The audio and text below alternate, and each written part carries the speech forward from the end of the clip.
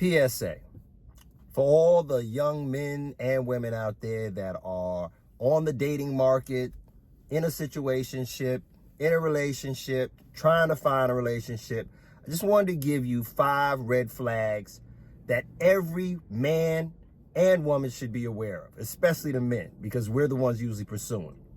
But I'll give them to you and we'll talk about each one. Number 1, we should go without saying, infidelity. Cheating is a no-no, out. Number 2, calling the police on you. Number 3, the disappearing act.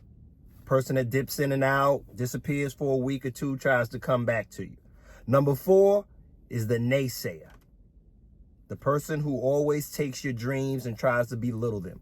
And number 5 is abuse. Abuse of any kind. Woman hitting you upside the head, man hitting you upside the head, talking down to you, cussing you out, etc.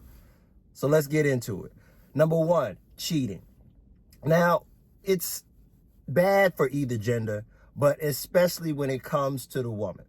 Because any woman who is not necessarily promiscuous or not a woman who's just a low-down scallywag, if she cheats on you, she has built and made a foundation with another man.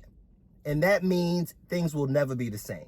See, the difference between men and women, for the most part, is men can kind of separate the physical from the whole relationship. A man can cheat with a woman he has no feelings or attraction to at all. But for a woman who has any self-worth, if she's cheating on you with the dude at work, with somebody she met at the club or something like that, she has a connection with that man. And that means she doesn't look at you as number 1. So number 1, exit. Any kind of cheating whatsoever, get out of there. Number 2, disappearing act. These are the kind of people that you're in a relationship with, and anytime something goes wrong, she's a runner, she's a track star.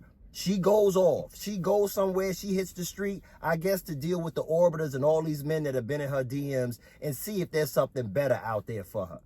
And then a week or 2 later, she makes up, calls you, asks to get together, and then y'all right back where you left off.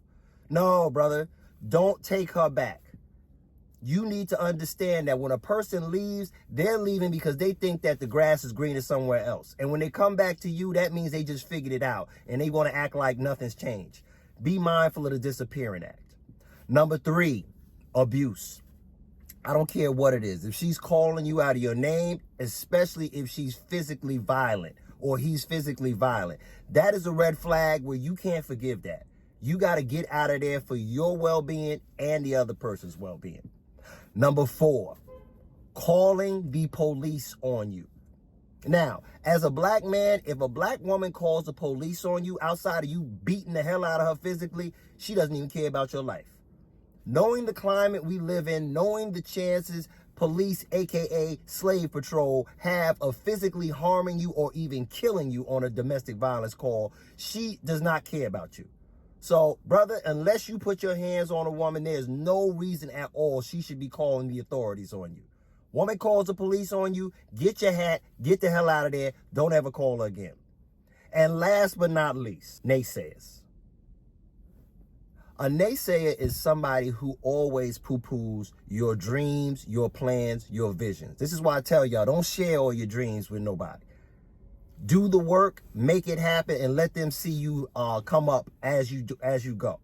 But a naysayer does things like, oh, I see you got your little YouTube channel, your little business. No, baby, ain't nothing little about what I'm doing. And if you want to look at it that way, then I don't need to be dealing with somebody who's little-minded like you.